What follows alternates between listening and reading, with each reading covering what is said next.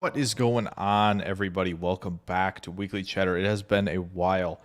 Uh, last couple weekends have been a little bit kind of booked, a little busy. So hopefully going to get back on things here as far as YouTube goes with a little Weekly Cheddar to kick us off before week 4. We're going to be talking some Packers, Vikings. Going to bring up a lot of different stuff. As always, taking questions from you all because it's great to have you all here. Otherwise, I would be talking to no one. I would just be talking to myself. Prince Capsaicin, what's going on? Says howdy, no Valentine, and possibly no Jair. Yeah, not a great finish to the week in terms of the injury report, right?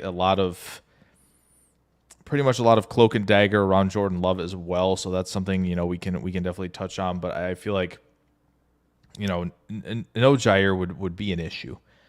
This secondary is going to need all the help it's going to get, especially if Jordan Addison goes. Even if he doesn't, I think there's enough headaches in the passing game that Green Bay is going to need Jair for. But we'll get there. In Cheddar time, Adam Huddle, what's going on? Hopefully you saw my latest reply to your comments. But I still got to get you for winning the giveaway during draft week, which is a long time ago. But I promise I will get you that. So howdy to both of you guys. Let's dive in and let's talk some Packers Vikings here. Let's get the screen up here. We'll talk a little bit about the defenses really quick. Wanted to bring this up for sure, just in terms of defensive coverages so far this season. The Vikings, I believe, are tied for the lead. Yes, with the Raiders in terms of cover zero. So the Vikings have blitzed a lot to this point, and they're sending as many as they can. Right, they're going zero on the back end. They're manning up across the board, and they're trusting 10% of the time for their defense to get home, create pressure, disrupt throwing lanes as well, get the hand up. You saw a little bit of that when they were going up against San Francisco and Houston.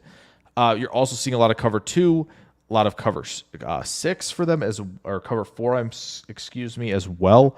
But they do mix in some cover 6. There is a decent amount of cover 3 in here, of course, not to the level of, say, the Carolina Panthers to this point, or even the Colts and Cardinals as well. But you do see a little bit of cover 3 mixed in there too. And there are some moments where they do get into some middle field closed looks where teams have taken advantage of that. And it seems like once teams start to take advantage of those cover 3 looks, Minnesota tends to get out of them pretty quickly. And now, obviously, in terms of EPA per drop back, Minnesota is 5th on the defensive side of things. Kind of Green Bay's a little more mixed in terms of their secondary coverage behind cover 3, which, of course, they're leading in as well.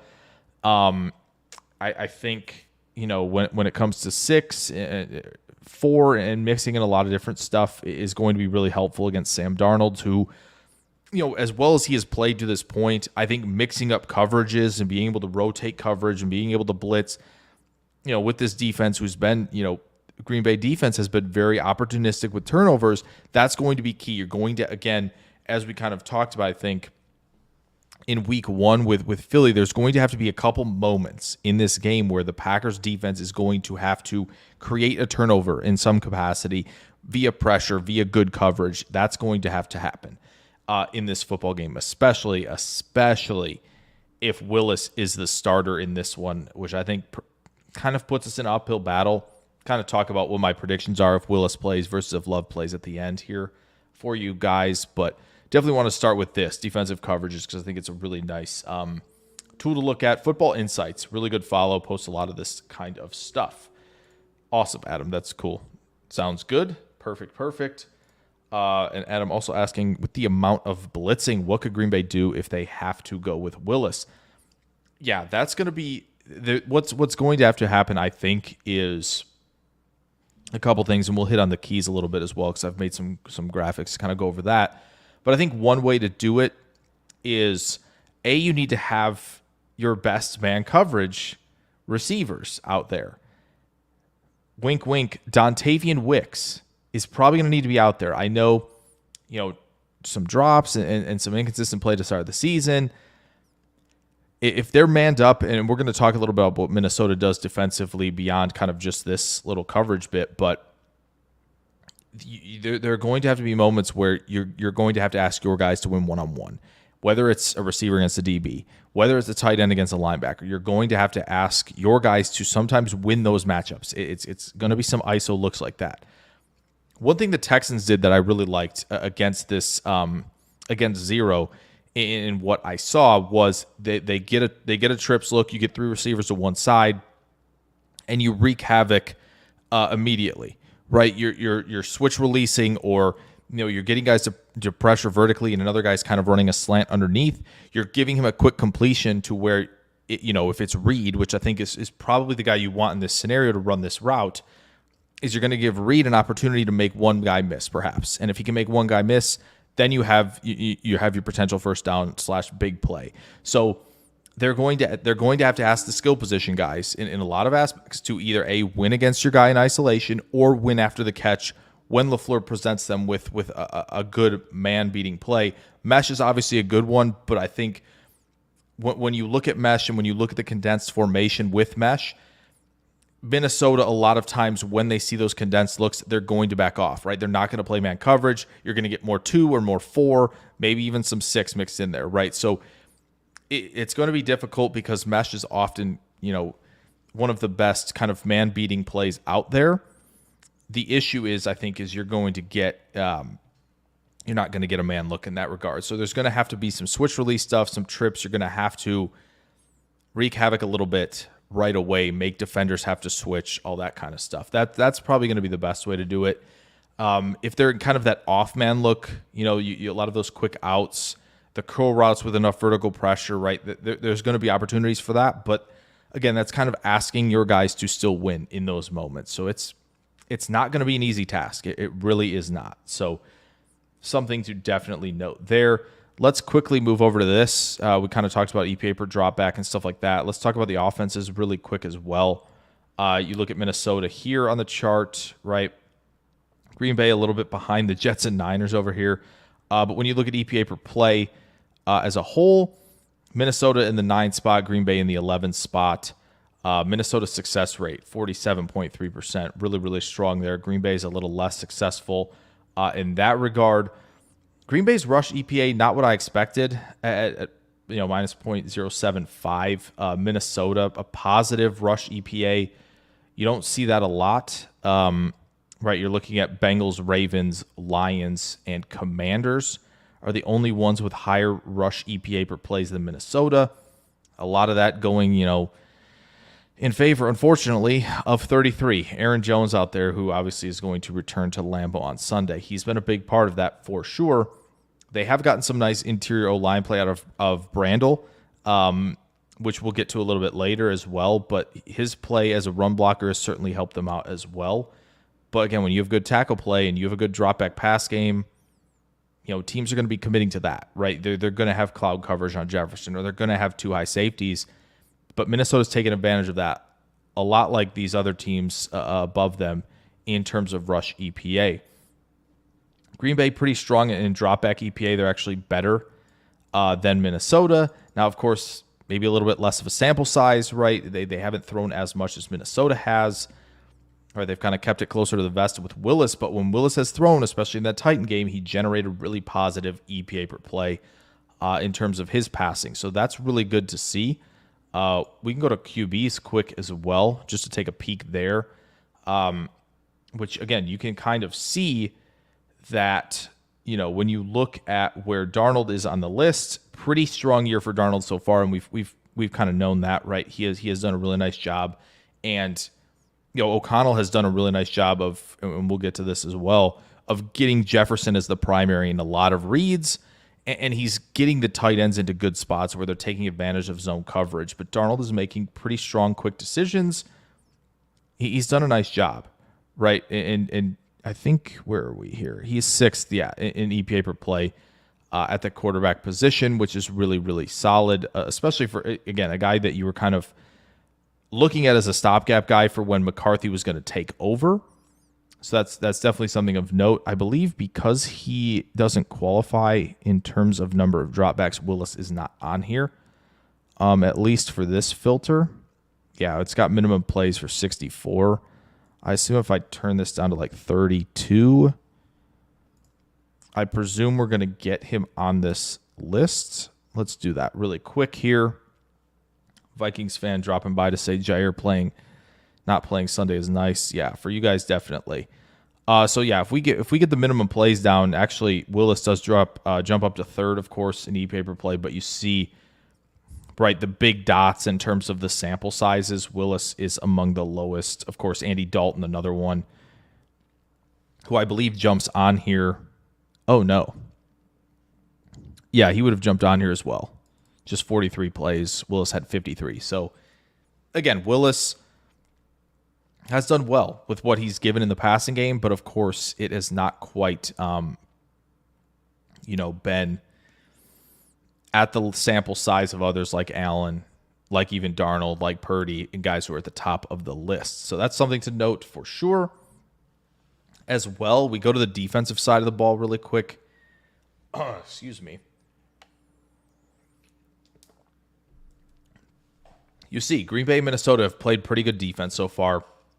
As a whole, you wouldn't think Green Bay was this high in rush EPA allowed, but they are, and I think it's mostly because, again, they've gotten into good spots where teams are getting in passing looks, so that's been beneficial.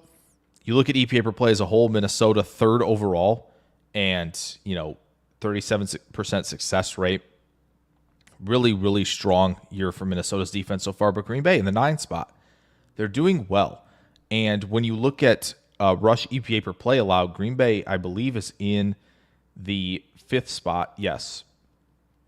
And Minnesota is in the 6th spot in terms of rush EPA allowed per play. So they're doing well against the run as well, which is not something I expected based on what I saw in film from the Houston and San Francisco games. But I think the Giant game could have been a pretty big factor in that as well. But Minnesota, top 5 in dropback EPA per play allowed. So it's not going to be easy, especially if Willis is playing in this game. So yeah, quick looks there on the EPA per play. We'll probably bring this up every week once we do this. Just simply because I think it's a really nice barometer of what we've seen to this point. Gives you a good indication of at least, how defenses and offenses have been playing, and we have the QBs as well, which is really nice. All right, Prince Capsaicin says, as good as Willis has looked in spots, and facing a defense with this many variables will be a tall order. It definitely will, because I think, Willis, they've, and we can look at really quick. Let's go over here again to Tennessee, right, and what they've shown. Tennessee has shown a lot of cover 4 to this point, a lot of cover 3 and a lot of cover 1. So there's been a lot, when you look at this, Titans defense, 51% of the time they're in middle field closed. Well, middle field closed, right, you run some crossers, you do a lot of stuff to beat man coverage in cover 1. You can also do a lot to run like corner routes, right, and you kind of flood a certain area of the field that's going to beat cover 3, right?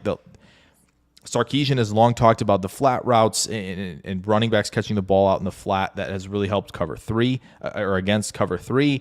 But Sarkisian has often said there are so many ways to beat cover 3. So that's been helpful. The Colts are in the cover 3 a ton, 41%. So it's a different defense. It is a different defense than Tennessee and Indy in terms of what they play and how often they play it. Now, Tennessee obviously is higher in cover 4 like Minnesota is, but we already mentioned 51% of the time they're in middle field closed, which means a single high safety. So it's gonna be an adjustment. But yes, that's really how Minnesota's sort of chaotic looks is what's really going to, I think, drive Willis pretty crazy, and kind of keep LaFleur up at night right now, going, okay, what can we do to get Willis into some favorable looks where he's, not getting into 2-3 turnover-worthy plays in this game. Adam Huddle saying Josh Allen MVP. Bleeding. My thumb is bleeding. Anyway, yeah, Josh Allen definitely MVP to this point. I don't think it's very close, honestly. And I think, the QB tiers would tell you that. Obviously, Daniels has had a really nice year as well up to this point, but Allen is just on another level right now. Adam says, how shocked would you be if the edge rushers get more pressure than defensive tackles? I'd be very shocked, honestly. I think the way to beat this Vikings team is to attack and mess with the A gaps, especially, right, to really, game something up to confuse the centers and guards. That's the weakness of this team for sure on the offensive line. So I'd be pretty shocked, unless, again, if Gary, and Enigbare do their best to kind of tee off, and Preston does, and they're in their bag. Maybe they have good games, but I think it's going to be up to Wyatt a lot, and Brooks and Clark to bounce back from his first few weeks to get this team into favorable spots defensively. Dave, what's going on? Says hello. So yeah, that's where we're at in terms of EPA per play and all that. So let's get to something else real quick as well. Just a quick look at something where you look at this defense and go, okay, this is kind of nuts. And you'll look at this play and you'll go, okay, well, it looks pretty simple, right? There's one deep safety. But remember, this is what they do so much, right? They'll have, right, single high safety, but they'll have Harrison Smith. And what they do, right, is they can rotate him back. Or they have him rotate back, but also run as almost the whole player in a cover 2 look, right? He'll run with the seam route, which then kind of mucks up who's the other, dropper when he's doing that. But the other thing they do, this is Dallas Turner right here, if you can see the mouse, which you should be able to. Dallas Turner is a pass rusher. They have him playing off the ball here. They're not afraid to kind of mix some things up with where their personnel sits. And, that when it comes to the safety position, right, Harrison Smith can do either. Metellus can do either. They love doing that. Byron Murphy's out there as a really strong slot corner.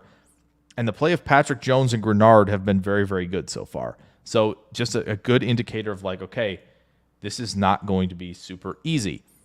Now, another quick thing as well to look at is pass rush win rate at edge rusher. You see Grenard in this spot here just above kind of the median. Daniil Hunter right above him as well. So an interesting little swap there that the Texans and Vikings did do, of course, before the season, right, in free agency where they swapped, and they're getting pretty good production out of Grenard right now. Patrick Jones a little bit lower, but Patrick Jones has had his moments, and he did some pretty good things against Trent Williams in that matchup, as well as Laramie Tunsil. So can't just scoff at Patrick Jones. He has done some pretty good things in spurts. Hasn't been as consistent as Grenard, but you have to pay attention to both of those guys. So Dave Garcia says this is an interior offensive line game. They're not ready for this. It's going to be difficult. There's no doubt. When we look at, let's dive into it here. Might as well while we have it, since we're talking about it. But let's talk about this really quick with what the Vikings defense can kind of do. But we'll get into that. So Akari Franklin, future Packer. That would be sweet. I'm all in. Brian. You know it. Doing good stuff for Illinois right now, of course. So that's always fun. But yes, I'm in on that. So we all know it's going to be majority nickel. Especially, well, it just depends. It depends on what Green Bay is going to do. If they're trotting out multiple tight ends, it's going to be hard for Minnesota to match with nickel, especially because Green Bay can run the ball well and has proven to do so. So it's, we'll see how it goes. But if you're talking about Green Bay's defense, yeah, I think so. Because, again, if Addison is back and rolling, they're going to be, probably in 11 most of the game. Minnesota's offense will. So that's something to watch for sure. Mark Zambito, what's going on, says, Jake, what other wide receivers would you feature other than Wicks? I think Reed has to be a major part of this game plan. I do think Watson's speed, of course, is going to matter in terms of how you attack cover 2, how you attack cover 4, right? Like his ability to kind of pull safeties out of the way is going to be huge. And so something, I was going to write this up before I started, but I didn't get time. But something that Minnesota did well against Houston was on defense. We'll kind of talk about this as we go along, but Minnesota, when they earned that too high, they did a really nice job, the linebackers did, of running with the seam routes against the tight ends, but also getting back into the middle of the field against dagger concepts, which we know LaFleur likes to throw in there, right? Especially, obviously, when Love's on the field, but it's something that he likes to have anyway, right? But the traditional dagger with the go route and then the deep in behind it, Minnesota was in position for a lot of that against Houston.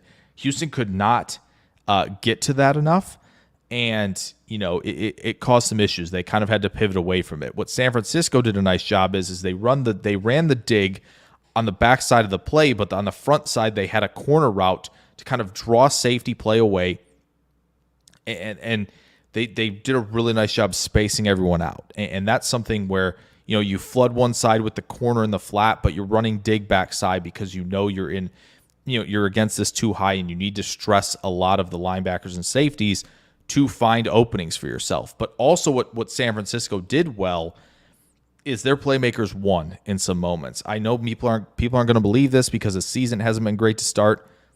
Ayuk won a lot of one-on-ones in that game. Purdy missed him a couple times. He threw it late a couple times, but Ayuk won a lot of one-on-ones. Debo won a lot of one-on-ones. Jawan Jennings won a couple one-on-ones on crossers. Kittle won one-on-ones. So they had the playmakers to win in those big spots. Green Bay is going to have to get a little bit of that as well. So Vikings defense really quick as well. Excellent work disguising second-level coverage and droppers, right? We often talk about the disguising defense is what they do. They love to rotate the safeties, right? It's just, okay, can we get a late rotation down at the box for a cover one, single high, middle field closed, right? Or we show middle field closed, we show one high safety, and we rotate into two high, right? The issue is Minnesota does do that, but they also can put 6 and 7 on the defensive line, and they mess with They disguise who's going to drop into coverage in the second level of the defense, right, rather than the back end. So it could be, defensive ends. Patrick Jones could be dropping. Dallas Turner could have been dropping, right? They'll get guys dropping from different spots on the defensive line. And because they have agile enough outside linebackers, they do a good job dropping into coverage and occupying space. And so what else the 6 or 7 on the defensive line does is it messes with protections, right? Because who's coming, who's not. That you're going to have to make that adjustment in protection when you see it. So they're messing with so much in terms of the intermediate area of the field, who's dropping, and then how protection is going to be set up. That's the problem that's what people are having headaches with this defense. They double mug the A gaps, right, with their 2 linebackers, something that Zimmer did a lot of when he was in Minnesota with Barr and with Kendricks, right? Anyone can drop, right? They're in cover 0, cover 2, cover 4. When they're in middle field close, which is a very brief portion of time, you have to take advantage when they're in that look. And right, that is what we talked about already. Winning against man coverage when it's there, your playmakers need to win. Hitting some corner routes, to kind of flood the concept on one side, that was big. Houston hit a big one to Nico Collins in that game against Minnesota. So you have to have those moments, right? But I do think, even though the rush EPA is really good, Minnesota, it seemed like Green Bay potentially has the personnel to really shred them on the ground. Jordan Mason did a really nice job against Minnesota, right? That's something I promise I'll get to all these questions as soon as we get done with the defense observations, but they're susceptible against the run. Jordan Mason did a really nice job. Cam Akers had his moments in that game. If they had Mixon, could have been a real different story potentially on the ground. This outside zones, the toss plays. But zone does a really nice job of, taking advantage of these aggressive players on the defensive line. You're blocking space, not necessarily the man. And Jordan Mason did a nice job of either A, taking that outside lane when it was there, or B, doing a really nice job of cutting back and finding open lanes, with a lot of guys overcommitting to that outside zone. And so when you have a good runner with enough patience, but enough of a processing skill set to handle second-level defenders, find which crease to attack, it's so helpful. Plus, Jordan Mason did a nice job after contact, right? Working through some contact, playing low to the ground, right? Running behind his pads. So he did a nice job of that.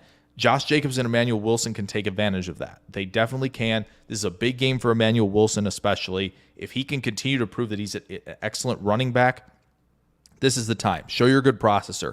Manipulate the second-level defenders. Because when San Francisco had Garendo in for the minimum amount of snaps that he was in there, you saw the lack of instincts, you saw the lack of processing skill set and quick reads in that outside zone, and he struggled a little bit.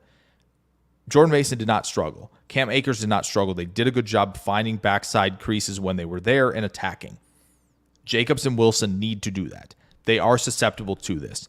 It feels very similar to last year when we did the preview against San Francisco when I said, hey, this toss play, San Francisco doesn't do a nice job defending it. Green Bay went to it twice, and they got that big run from Aaron Jones that we thought potentially could have sealed the game late on a toss play. So Minnesota, outside zone, the toss plays, they're susceptible to it. If you can win like that on early downs, it's going to be massive against this defense. All right. Mark Zambito, appreciate you saying hit the like button there. Watson showed up well last week.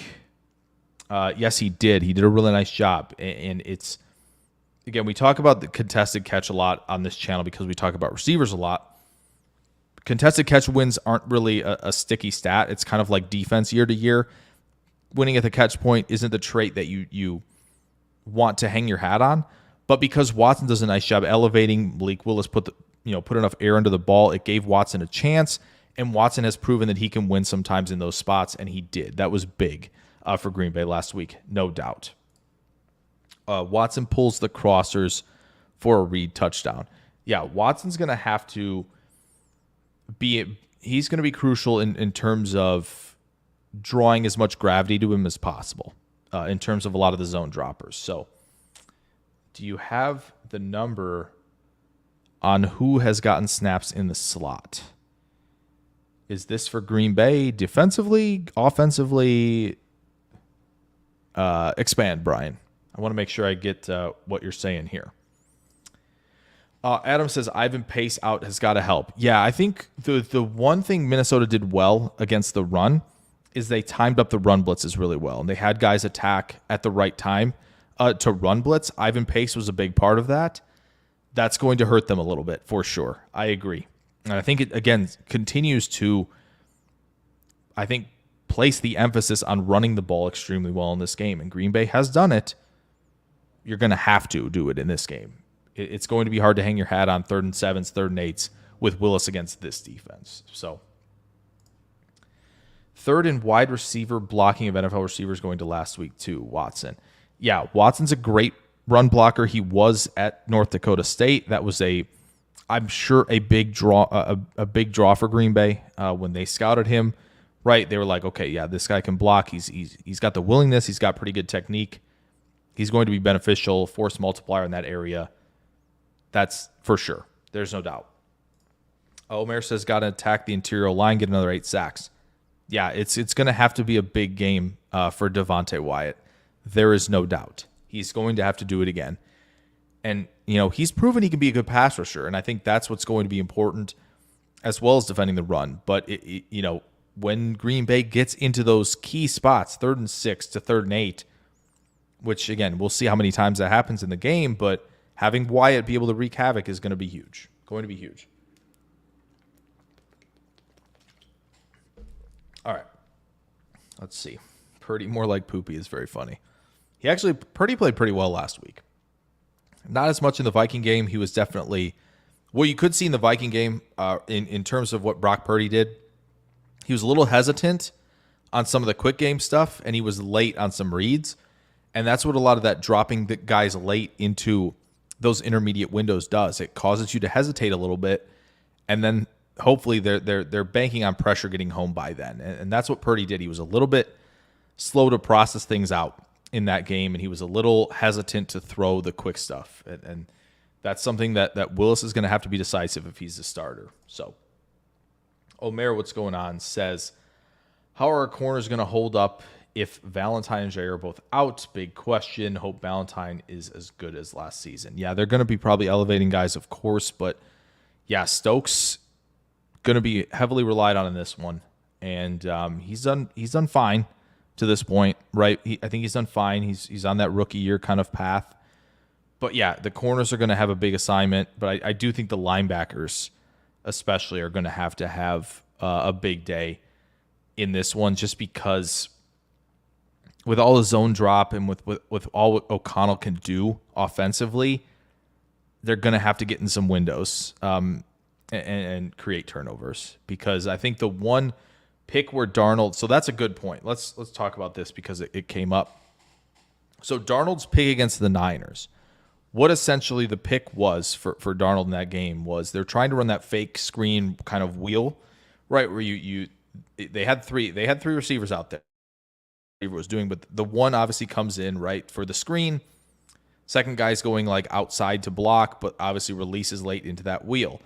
And you see Sam Darnold pump fake to that area. But what they had from the number 3 was the seam route, right? He just kind of runs up the middle of the field, right? Tries to find that space. But Fred Warner made an unbelievable play, recognition-wise, athleticism-wise, and finished with the interception to make a play like that. It was a tremendous, tremendous play. Now, part of me thinks the last year version, the version I remember of Quay Walker, could almost make that play. At the very least, he could break up the pass because he played with enough instincts and athleticism last year and got himself into 5 or 6 spots where he could have made a play on the ball. I don't know. The Quay this year, I'm not seeing it yet. That's where Edgerrin Cooper comes in to make a play like that, like Warner played. I encourage you guys, if you have like NFL Pro or NFL Plus, go back and watch the Darnold interception in that game against San Francisco, and you go, okay, wow, that's an insane play by Warner. But also, like, Green Bay has athletes to get into that window and make the play. They just have to be disciplined with their eyes. And maybe it's Edgerrin Cooper this go around, right? Okay. But yes, the corners, Omer, will be important. It's I don't know how they're going to hold up. Jefferson it's a tough ask. It really is. Coach Hewlin, what's going on? Says, what can Hafley do to put Quay in the best position to be successful on defense? To me, it's the will. He has to play will linebacker. That's where he looked comfortable last season, right? He looked a lot more comfortable when he could just drop into coverage, run, get to the perimeter to make plays, play better on the outside of runs, getting to the perimeter, but also sinking into coverage, reading the quarterback's eyes, and driving on the football. I just feel like Mike linebacker, he's just not suited for it at this point. It was kind of clear at Georgia that they didn't want him to play Mike linebacker, right? They had Nakobe Dean doing it. It feels like they're trying to make him that. And Green Bay was maybe banking on the athleticism, being the floor for him, right? And then to hopefully grow into the ceiling of a player who could process things really well against the run, and he just hasn't been that. And I think you got to hope maybe Cooper does it. You got to hope that McDuffie can continue to do it.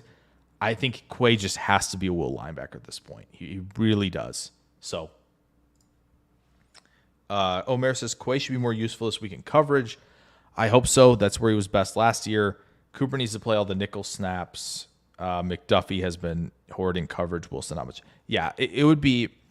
I think if Minnesota gets into 3rd and longs and it's a nickel look, it really should be Quay and Cooper out there. I think that having that athleticism and range on the field is huge, and the coverage instincts. So, yeah, I agree. Omer says, yes, run the ball with Jacobs. Absolutely. The run game needs to be on point this week for sure. Omer says, got to stop giving up explosives in the run game. Absolutely. I think that's a big point to hit for sure. Green Bay has been, we kind of went over at the beginning, right? Their EPA per play against the run was pretty good. But the problem is that because why it's so good, right, is their stuff percentage is really, really good. Green Bay's stuff percentage is excellent. But they're also giving up pretty big explosive plays too. So it's kind of all or nothing with the Green Bay run defense right now, where it's like, wow, they made a really nice play, right? It's for 1 yard or less, and they're doing a great job. Oh, they just ripped off a 15 or 25-yard run. So, yes, it's been very all or nothing. Even if the stuff percentage comes down, it'd be nice to just be able to, limit under 5 yards for a lot of the runs and mix in an occasional stuff or two. But, yeah, the explosive against the run game is what's hurting them. But their stuff percentage has been good to this point. It's going to be a bigger emphasis with Aaron Jones on the other side this week. So, Omer, that's a really good point, too. Love this. No more stupid penalties. I think – Rasheed Walker and Elton Jenkins, we got to cut down on those. We can't keep having that from those guys. They have to clean it up. Good teams are going to bite us in the butt soon. Yes, they are. I think it's going to be a little while, right? After this Vikings game, it's Rams, Cardinals, Texans, which, again, Cardinals and Texans I don't think are pushovers. Rams beat the Niners, but they're all winnable football games. I don't think it's going to be like, especially if Love is back, it's going to be like, oh, man, we're going into the Lions' den here. Not really. I don't think there's anyone on the schedule that I'm truly terrified to play at this point, but better teams are going to take advantage, yes. But I do think Green Bay's in a nice position here, even if they fall to 2-2. So Adam Huddle says, wish Lloyd was healthy for this game. Oh, man. I don't know if his processing ability is great right now for like zone runs, but if he can just be better at finding the cutback lanes with zone runs, like that explosiveness is huge for him. So Omer says, think we can use the run game a lot against the Vikings. That should open up the pass, help with pressure. I think just being under center is going to be important, which, again, Malik Willis, as they've loved saying in the shotgun, right? They did a lot of the RPO stuff, right? The triple option, all of that. Like, it's nice to be under center. It really is. It's so helpful. The Niners were way better under center against the Vikings. CJ Stroud and company, they were better under center against the Vikings. It just seemed that way. Now, maybe it wasn't true on the splits in terms of EPA, but I went to a lot of high leverage spots, some early down stuff in the game where it was more neutral, and it just seemed like for the Niners and Texans, they were better off under center. Just because that threat of the run is what gives play action its juice, right? It's not the necessarily establishing it or the success of the run, but it is just the threat or the possibility of the run that matters. And being under center is crucial. All right. Do you have numbers? So that's defensive who has gotten snaps in the slot. Prince Capsaicin thinking the same thing with the run game and the play action.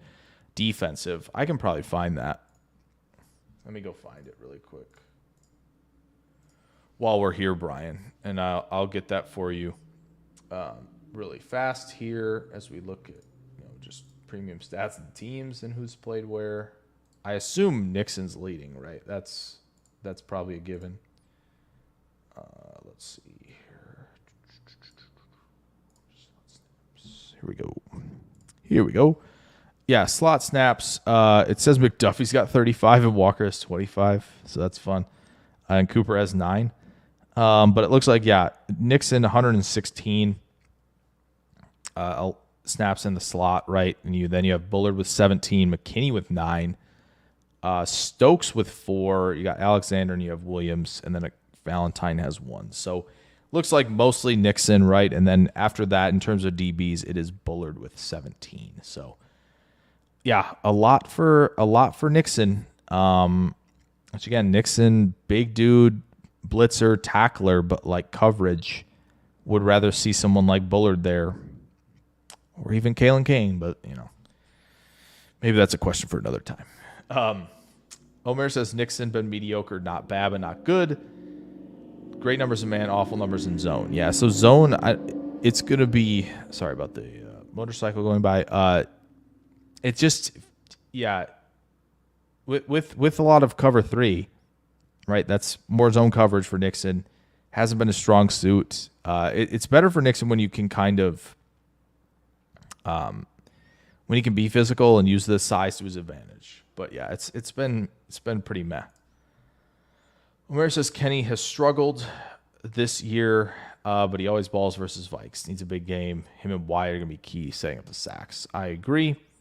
Prince Capsaicin saying, wonder if we will see more Brooks than Slayton to fuel the interior rush. I think so. Definitely. Always good to see you, Omer. Appreciate you throwing in a lot of comments. So that's really helpful as well. Stokes been solid for the most part, but JJ's a nightmare. Definitely. Yeah, Adam says depend on the linebackers. He's a little worried about that, which I think it's fair to be worried about that, right? So that's something of note. Yeah, Omer, I think this is a good point. Mike Wall said he had positive words for Quay. It seemed like Quay did a better job in run defense this past week, which is good. I just think in this game personally, I think he needs to be better in coverage like he was last year. That's where his strength has been, more so than not. So it's something where I think if Quay can be himself as a coverage guy this week, I think it's going to be very beneficial. But yeah, put Cooper on the field with Quay might help. Yeah, it might, especially in passing situations. Brian says none of Green Bay's linebackers are suited for middle linebacker, Mike linebacker. Yeah, probably not. I think it's tough when you don't have the athleticism. When you're McDuffie, I still think Cooper could be it, but it just seems like he is better further away from the ball, but he has enough length to be, a block deconstructor, and there's enough speed there to make up for some instincts against the run. It just seems like where he's been used is they want him away from the ball, coverage, blitz, right? They want him doing all that stuff. So it's tough. It's tough for them right now. Mayor says McDuffie is the linebacker struggled the most in coverage. Definitely. First 2 weeks, explosives was bad. Run D was the bomb last week for a change. Yes, they were very good. Drew says time to bust out the Purple Crush. Drew, what's going on? How you doing this evening? If we can run the ball, we can limit. Yes, this is it's big. We kind of talked about that for sure. Probably even like 6 minutes ago or so. But yeah, I think that exotic ability is going to be there on second and longs, third and longs. And so, yeah, if they stay ahead of the sticks with outside zone, with some toss plays, and Wilson and Jacobs are doing their job on the ground, and the run blocking is solid, I think they're going to control this game on the offensive side. It's just going to be, if Minnesota can time up run blitz as well, which they've done a good job of, however, pace is out, which is helpful for Green Bay. But again, it's a lot of it just comes down to, we talk about this a lot, it seems, right? It's just early down success, right? It's so crucial. Under center, the threat, like all this stuff that, I know turnover battle, middle 8 is something Clayton definitely talks about a lot, which, yes, 100%. But the early downs are so key. Early down success rate, defensively and offensively, are very crucial. It puts offenses in defenses in more of a bind. Right, put offenses more in a bind, right, in terms of like, okay, this is obvious passing, puts defenses in a bind because offense has more options.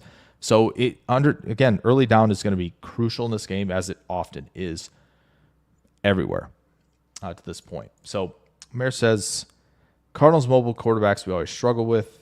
Yeah, Kyler's definitely had some big games as a scrambler. I'm convinced we can exploit the run game. I agree, Omer. Motion and cadence help expose Minnesota's D to tip their hat on plays. Good news, yeah, Green Bay is leading the NFL in motion. That's definitely a good point. Yeah, I think we'll certainly see some motion, and they should be able to motion some stuff into some run plays, right, where you can either motion some tight ends to kind of be a lead puller on the strong side of the runs, or you're motioning receivers to help on the run. Like they're going to have those opportunities as well.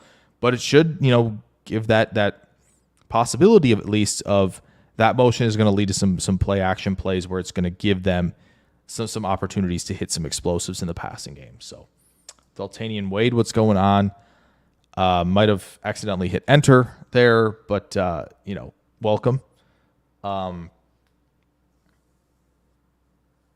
Jacobs has got to show why he was the choice over Jones by outplaying him this week. It would be helpful. I don't think it's going to happen. But he needs to play well. That's the biggest thing. Slayton been on holidays after a great camp. Yeah, Slayton has not had a good start to the season, a little bit slower. We'll see. We'll see how he does this week. I don't know. We'll see how many snaps he's going to get this week. I don't know, what we're going to see. If we're going to see, more Kenny and Wyatt like that, if they're going to mix in Brooks more. Excited to see how the defensive line rotation goes this week. So, yeah, when they had success in the second matchup last season, says Omer, Love was getting the ball out quick, beating their rush game. O-line got to play elite pass blocking line, and when they were able to stop the blitz, right, and Love saw things well post snap, he was able to hit big plays, and he had a little bit of trick shot artist to him, facing the blitz, but that throw to Reed, right, against too high, kind of beating the coverage back there, reading it out perfectly is a great example of yes, he has it. That was a massive play to go to kind of go a long way for being loves the guy that. It's kind of over at this point. And then having Love would be great. I'm just operating under the assumption that's going to be one more week. That's where I'm leaning to this point. So it's going to be a little more difficult with Willis. There's just no doubt about it. No matter what the QB records are for the season right now. So. Drew D says, do you think we should play Eric Wilson more? I mean, I know PFF's not the end-all, be-all. Never going to say that it is. Obviously, Eric Wilson's done a nice job, according to this, in 3 games, right? Albeit, with 31 total snaps. It just seems like we have good coverage linebackers. Edgerrin Cooper, I would say no. It seems like we have the talent to be a good coverage linebacker team, but it's just a struggle against the run. Linebacker is not an easy position to play. Do you think Eric Wilson should play more? I don't know. I think if they believe in somebody else to play, if they believe in McDuffie at Mike, or they believe in Walker or Cooper at Mike, sure, then he can get out there to play more coverage snaps and play further away from the ball as a will linebacker. But I don't know. It seems like he's just kind of the depth guy at this point, because I don't really trust Eric Wilson as a Mike linebacker.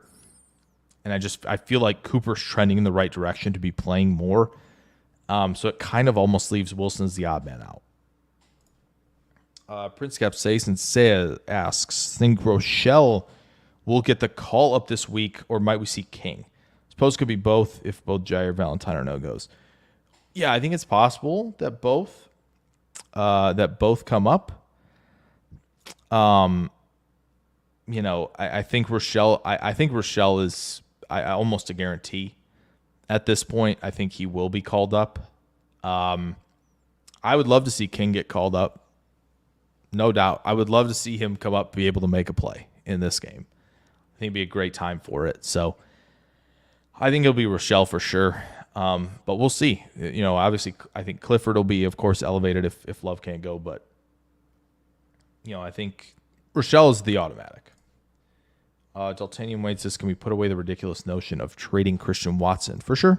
Yeah, absolutely. I think we can put it away. Someone might have posed a hypothetical on this show about who you would trade at receiver if you had to trade one. But I think it was brought up more as at least on this channel, I thought it was brought up as a hypothetical, not like this is a narrative we're driving. But I get what you're saying. Vikings use Jones a lot in the pass game too. Yeah, Aaron Jones will be involved a lot in the passing game, as he should. I know on his touchdown last week, right? Aaron Jones was, I think, he was in the slot, or he just was condensed to the line on his touchdown reception, and Jefferson was in the backfield, right? So. And they ran up to the line. They quick hiked Houston, right? Houston couldn't get into their, they couldn't realign themselves to match with what the Vikings did. Jefferson ends up running that rail route, the wheel route, right out of the backfield, and Jones is wide open with the drag route underneath. A really strong design just based on personnel alignment. But yeah, Jones will be involved in the passing game. That is for sure. Yes, Minnesota is suspect over the top if you can beat the rush. Yes, I think what Minnesota's done better in coverage this year is they've just said, even when they're a few yards off or so, Minnesota's like, all right, yeah, we'll just play physical through the stem, and they've done a nice job of that, and they've messed with a little bit, right? Dell they messed with a little bit. They've gotten, they've done a nice job a couple times on Ayuk, more so on Jennings and Debo. They've done a nice job against Diggs in that regard. So they do a really nice job with stem contact now. However, if you have the right guys to win in those ISO matchups, and again, good receivers, hand fight or hand swipe at the right time, right? Or just flat out do a good job with contact avoidance in the release and early in the stem to win those isolated matchups. Green Bay is going to have to do that in some capacity in this game. I'm sure of it if they get into one of those money downs, like a 3rd and 5, 3rd and 6. Like someone's going to have to win in that spot, and I think they can do it. I do. Adam says time for the wishbone with Willis this week. That's. I'm not mad at it. I think it'd be fun, but I think outside zone toss plays. I would just love if Willis could get under center more in this one, just to have that threat, right? Run versus play action, I think will be a big deal. But I don't know. We'll see. Omer says they all been bad in coverage. Our linebackers except Quay was bad versus run, where Wilson and McDuffie excel. Yeah, it's an interesting linebacker room, right? It's kind of where we stand. to this point. So I'm going to try to pull up a couple quick things as we kind of wrap up. I didn't really want to go over an hour, simply because I wanted to kind of flood with as much content as possible for you guys. Yeah. Let's see here. All right. Adam Huddle asks best middle linebacker prospect in the draft right now. That's a good question. I haven't done as much on the linebackers at this point. I know Barrett Carter's obviously the hot name, right, as the kind of the preseason linebacker one, but I think Jay Higgins from Iowa has done really well this year, based on what I've seen of him to this point. So maybe that's a guy they look at. I've been really, really impressed with how he plays, and really in all aspects. So, obviously it's, level of competition, right? Want to see it against tougher teams. But I think, he had a really good year last year, if memory serves. And, I think he can be that guy. But it'll be interesting for sure. So Omer says base, I think Quay, Wilson, McDuffie, Cooper, and Quay in nickel, my choice. Yeah, I like that. Omer says going to be Rochelle and Clifford as the elevations. Yeah. Clifford don't play just to throw out the Vikes on whether Love's going to play. Yeah. What's going on, Chris? How you doing? Drudy says, I believe I brought up trading Watson for Ayuk. Yeah, and I believe I said I would do that. I probably still would at this point. But, again, hypotheticals, not worried about it, right? All in good fun.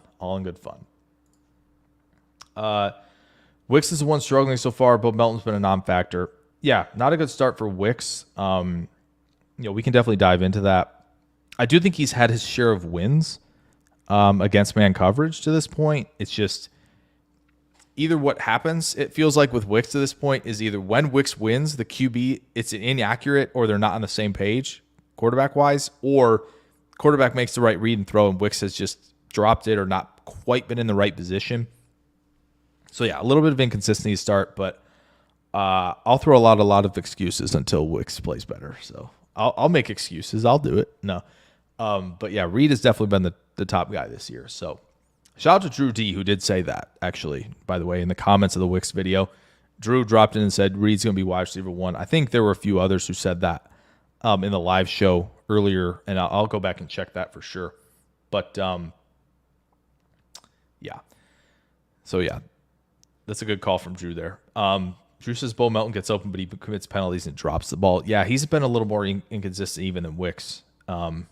So, yeah, Omer would not make the trade. He doesn't like Ayuk. Omer's kind of an Ayuk hater, I would say. No, I'm just kidding, man. I'm just kidding. But I'll have to. What I'll do, maybe on the Patreon, which is free, by the way, right now. Quick little plug there, because I'm going to do something. I think we're going to start some draft prospect stuff over there. Sorry, need some water, but I'll do a little something over there in terms of kind of just making wide receiver tiers with film, and we'll kind of do that at some point this year. But yeah, I'd love to.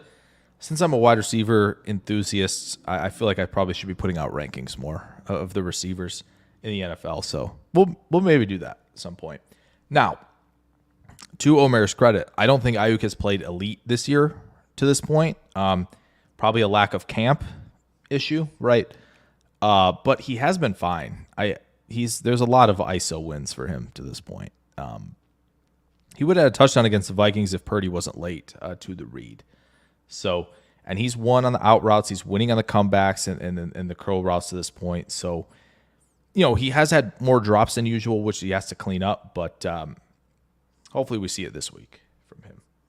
So, Omer says, I'd like to see them use Bo Melton on punt returns and not Reed, who I don't want to get injured. Yeah, Melton does have wheels. He really does. He really, really does. Yeah, I would love to keep – yeah, definitely love to keep running with Willis for sure. Omer says, tell us who the good cornerbacks are. We need a good one next draft. Well, there's a lot of them. I think this year, and I'm going to start getting some podcasts either on like Patreon or Substack talking about some of this. But I will run through a few corner names who I like right now. Omer for sure, just because that's what we do over here. Obviously, Will Johnson from Michigan is that guy. Probably the top player in the draft. He's really good out of Michigan. Travis Hunter's really good on both sides of the ball. Zone awareness and instincts at corner, though, are really good from Colorado. Benjamin Morrison from Notre Dame, really good. Denzel Burke, corner from Ohio State. Jabbar Muhammad from Oregon. There's a lot of good corners in this class, Omer. So that's the good news for Green Bay. Well, if all declare, right? There will be some that might not. But Virginia Tech has a couple good corners who are actually playing right now against Miami. Maybe not top guys, but they're kind of in that third, fourth round range right now. So there are a lot of good corners potentially in this draft. So I think Green Bay's in a good spot. If they feel like they have to go that direction in 25, I feel good about it. So yeah, there's some really good guys. Takario Davis from Arizona is another really good one too. In fact, you want to look at that? Let's look at it, shall we? Let me bring this up. Oh, Siobhan Ravel too from East Carolina, really good player. Unfortunately, tore his ACL recently, so maybe he'll be back for the start of the season next year. But probably won't see him throughout the draft process other than in interviews and stuff. So here you go.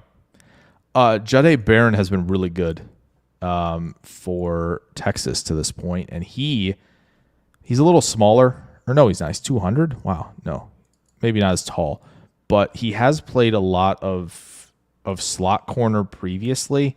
See, 389, 382 snaps there the last two seasons.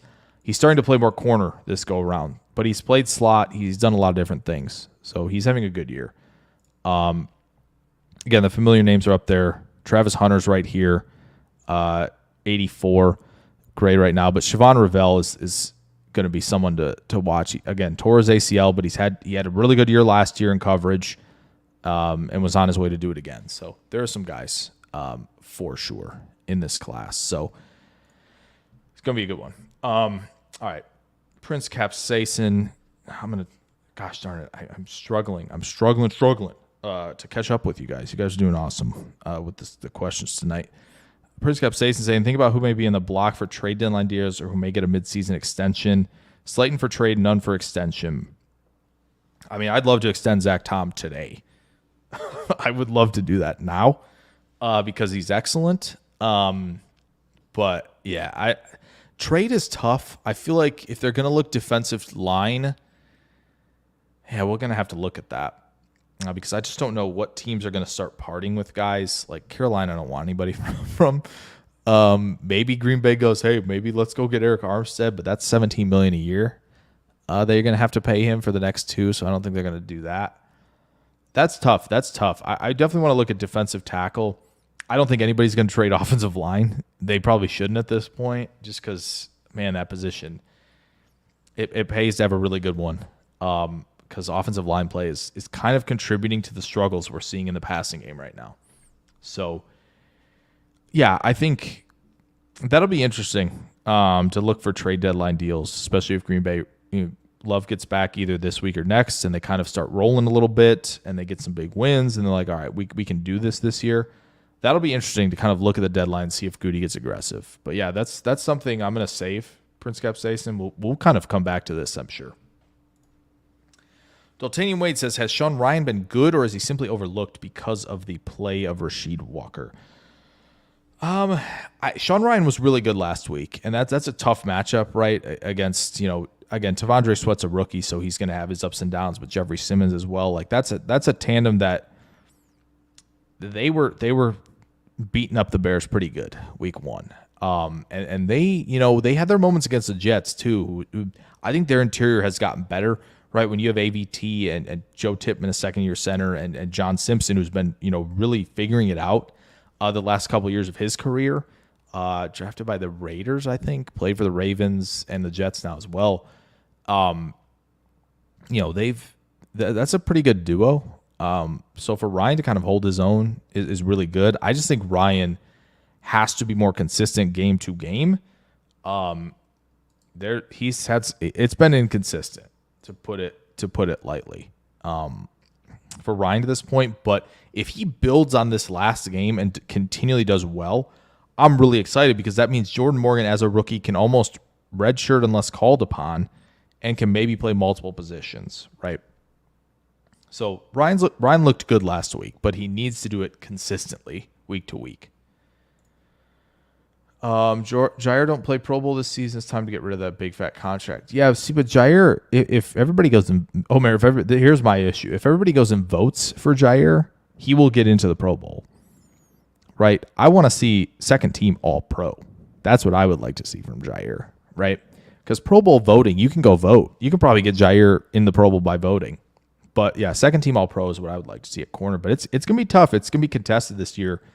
Surtain, Gardner. Right, those guys are going to be all over it. Gonzalez might work his way into the mix. Joey Porter Jr. might work his way into the mix. So there's some young guys who are going to be challenging for that.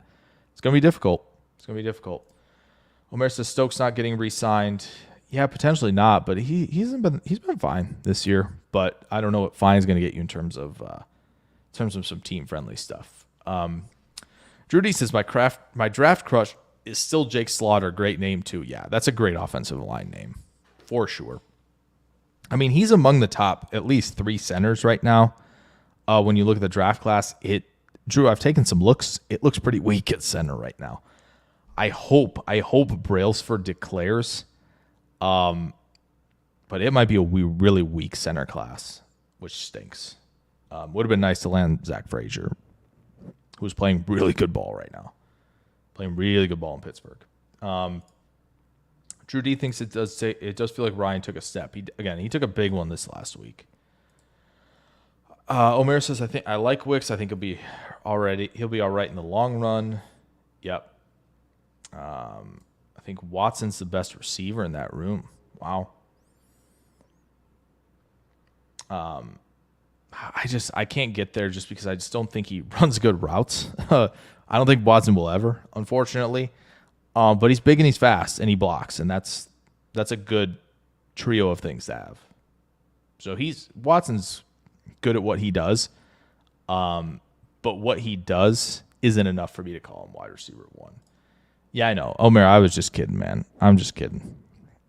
I think success against man coverage and press coverage is a good indicator that he could play for the Jags. Also, Brian Thomas pretty good on Jags right now. And I think, again, if he went to Pittsburgh, he'd be dominating right now. But top 20, he's in the top 20. Okay. Yeah, Lee says we knew one of the, and this is, I'm assuming Green Bay, not San Francisco. We knew one of the wide receivers was going to be quiet, though. Too many targets for everyone to hand out. Yeah, especially now that Love is down, right? That hampers things as well in terms of the target department. So it is still early. Yeah, I think if Wicks does this all season, then you have questions. But I think right now we're fine. It's early. Love's not there yet. He helped. He caught a touchdown from Willis in the Indy game. I'm a little less concerned to this point as well. So. Good news for us. Glad to hear on the cornerbacks. Yeah, of course. We'll be talking a lot of draft here if you guys want to. It's really going to be you guys. We might start up a show talking draft here a little earlier than usual, but on Weekly Cheddar, it's your guys'. It's your prerogative. So, Adam, oh yeah, perfect. Says, do you think the East Carolina guy goes back to school? Man, he's played such good ball. His last 16 games. I wouldn't if I were him, but again, maybe he wants more NIL money and he feels like he can come back and do that. So I don't know. I feel like people I trust in the industry have said he's a first-round guy. I'm just not sure you pass that up. I say he goes for now. Virginia Tech did produce Caleb Farley. Yeah, so they've got some guys. Adonis Alexander, I think, was another guy who was taken in the supplemental draft, right? I think he did it late. But, yeah, they've had some corners picked. So, Goose been awful drafting corners. Only Jair was any good. Yeah, and he's drafted quite a few corners, that's for sure. Just hasn't quite panned out. He needs to do it in the 4th round where he seems to be automatic. So, Prince on the market. I like that idea. Need at least 25 for Tom. Yeah, probably. At least in that ballpark. Because, yeah, I mean, when guards are getting 17, 18, 19, 20 million, like, your tackles are going to get more. He's going to get a lot. Ryan has taken a step forward. Seems like everybody's on board with that. So, that's good that everybody thinks that. I just wanted to be more consistent. Yeah, not a lot of draft picks this year. That's what stinks. We've moved on from the Rodgers and Adams trades, and it's going to be weird. It's going to be weird, and I don't like it. Goody's done his best, but he's had a lot of picks, and that's not a good sign. It's not a good sign for this coming one. So, yeah, he'll probably wheel and deal. He loves wheeling, dealing in the 2nd round, picking up 5ths there. So he'll probably do that again. But yeah, it's gonna be weird not having so many picks. Jair living off first 3 years reputation. Yeah, a little bit. Can we get Quay a Pro Bowl? I mean, you probably could if you started the campaign and had people vote. I don't think people are going to. But that would be really funny. That would be really funny if we did that. We need to. You know what we need to do, Adam? This is what we need to do. We need to work on getting Whelan to the Pro Bowl. That's what we need to do. That should be the mission right now, is to get Whelan to one. I think that would be really cool if we got him there. He's playing good ball. Love having a good punter. Yeah, Lee, I was surprised. It seemed like, where they were going, drafting guys, it felt like, maybe Green Bay is going to take Newton or they're going to take Murphy, right? We kind of talked about this back in April where it was like, do they need to extend Kenny? Like, is that something they have to do? I was still surprised they did that. I didn't really love it. It was kind of like, okay, they're believing in the pass rush, and they're believing maybe he's got 1-tech, 3-tech versatility, and we talked through that quite a bit when it happened, but it was still surprising. It'd be nice to have that money for Tom for sure. They do have players to gain draft capital. Jair, yeah, maybe. I love them all. Romeo's my fave, but I don't think he's the best. Yeah, I don't. Romeo's got that reliability to him, though. Too many mouths to feed. Plus, you're throwing to Jacobs and Kraft. Kraft should be getting more targets, too. I know he had that bad drop against the Titans, but yeah. Yeah, Goot is definitely he's good in the 2nd round and really good in the 4th, 5th. And obviously 7th has had some guys, so he does ball later in the draft, and that's great. That's great. It's just it would be great if we start hitting on some of these early picks, So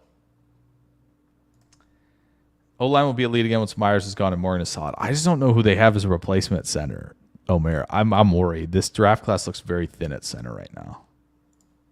Walker playing well, taking too many penalties. Yes, he is. People say that kick returning is done, but I've seen a lot of big returns from other teams. Yeah, it does seem like Green Bay really hasn't figured it out when they've gotten their chances. That'd be something to look into and see what has been working. So, what has been working? But yeah, I guess I forgot about Monk. I'm dumb. I'm very dumb. Yes, Monk. Yeah, that's true. They could just go right there, and that might work. But again, it'd be nice to have Morgan around. It'd be nice to have another tackle in the room. Maybe don't draft him. You don't have to draft a 1st-round tackle again, but it'd be nice to have another tackle in that room that you could potentially rely on behind Walker and Tom, especially if Morgan's going to be full-time guard. But yeah, Drew D as well. I think that'd be fun to see. It'd be fun to see them figure something out and see what's been working for sure. Time to start running fake punts. Okay. Well, if you need it this Sunday, we could do it, AFAM. And AFAM, how you doing? Goots never stepped on an NFL field. We don't know. He may have been on the field. He may have stepped out there, during family night or something. That's possible. Yeah, Kraft is a stud. You guys need to keep checking for me. I keep checking whenever South Dakota State, their mini helmets. I'm collecting some mini helmets, right? Just because Omer brought this up, I got the winter warning one because I was like, heck yes, have to. And then of course we've got our Utah State for J Love. So, but I'm waiting because Kraft looks awesome, right? I want a South Dakota State because I have a North Dakota State, right? I have the North Dakota State one, but I want a South Dakota State real bad because of Kraft. So I really want that. So can't be any worse than Myers. Probably not, but I think Myers is better in pass pro right now, especially at the center position than Monk is to this point. But you see Monk's movement skills, and you see how much of an asset he can be in the run game. So I like that. I like that we're redshirting him, and can't wait to see where Monk gets in a year or so. Adam Huddle like Kenny, and he's young, but third contracts are tough. You need to be like, you gotta be like Hall of Famer, I think, to be getting that third one. But yeah, it's not great right now. Brent, what's going on? Says, fake punts, asked Dan Gamble. Could do that for sure. Airjoy says we need a powerful, big frame defensive tackle.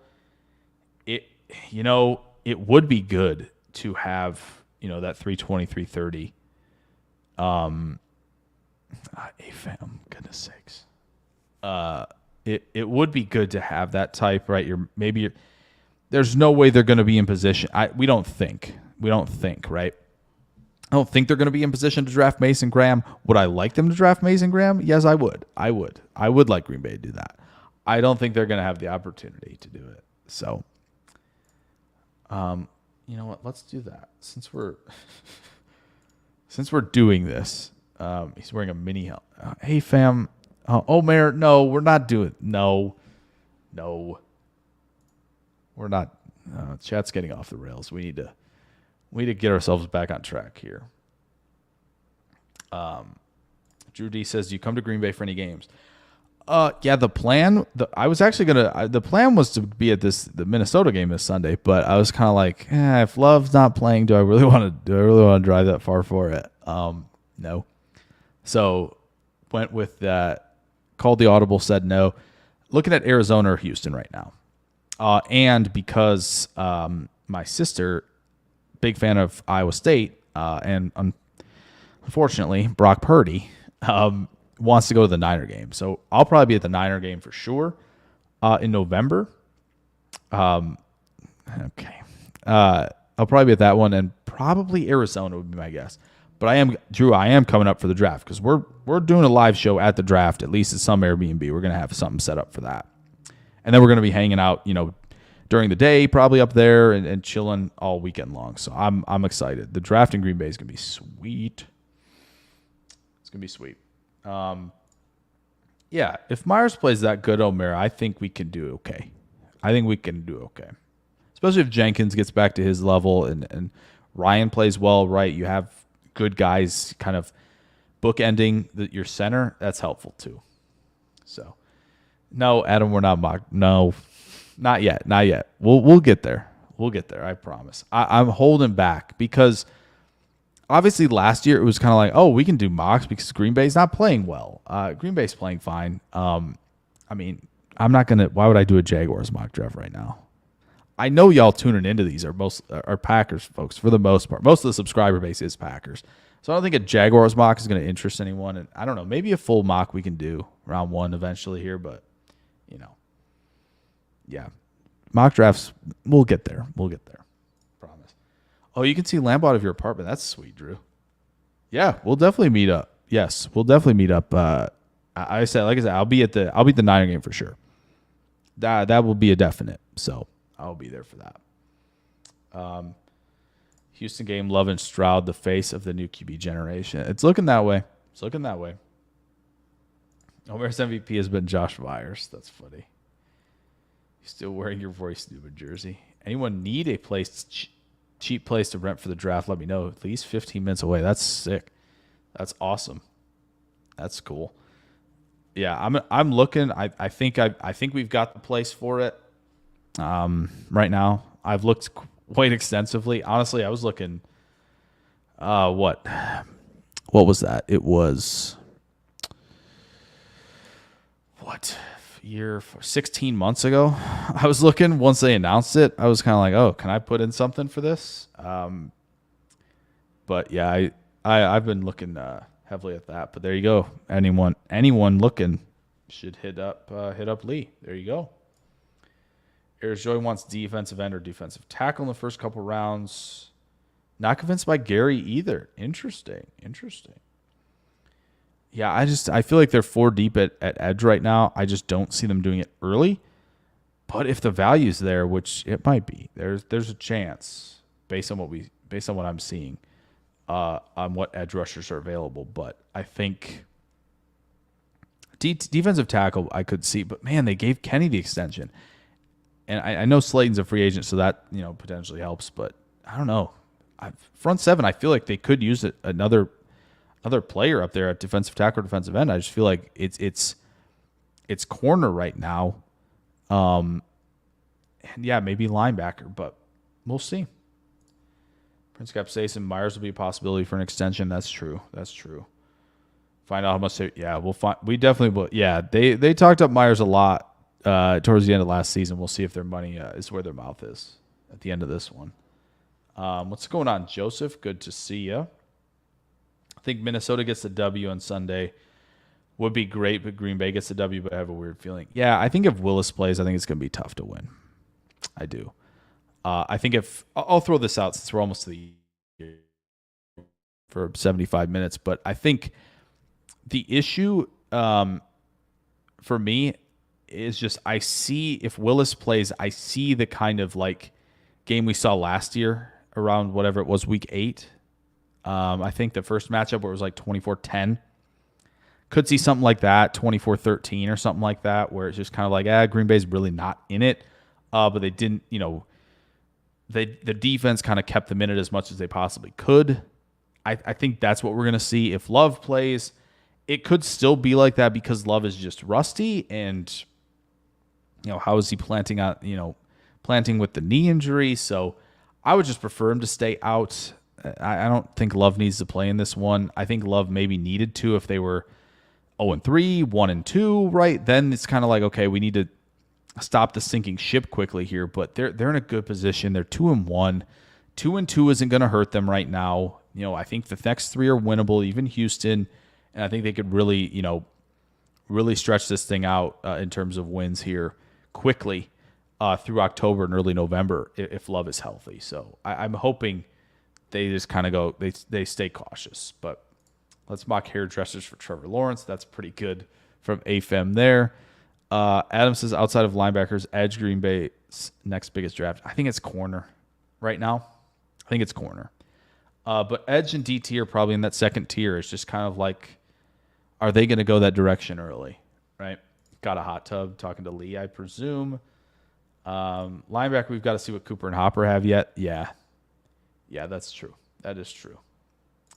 Cornerback, definitely a big need. Drew D thinks Preston is done. We have LVM, but we need a rotational guy, in my opinion. Yeah, it'd be nice to have another guy in the room. If they move on from Preston, but we'll see. Especially if Stokes hits free agency, yeah, corner for sure. Edge class is looking good. And D-line looks pretty solid too. It's just one of those strange years where quarterback is weird. Wide receiver's kind of weird right now. Tight end's got a few names. Running back's loaded. So if Josh Jacobs, I think they're probably going to stick with him, but if they didn't like what they saw from Jacobs and, by midseason it was Wilson and Lloyd, then, they might be moving in that direction. But, yeah. I mean, defense is looking good for the most part for Green Bay in terms of what they can draft. So, D-line after corner, Green Bay Bashto Myers. If we can find a 3-tech, that would be amazing. It would be almost impossible to find. Yeah. I do think Graham gives you some stuff at 1-tech as well. Just violent hands, quick, powerful, who can wreak havoc. But guys like Kenneth Grant and I know the Kentucky guy is a little bit of high pad level for me, but the Michigan guys are quite good.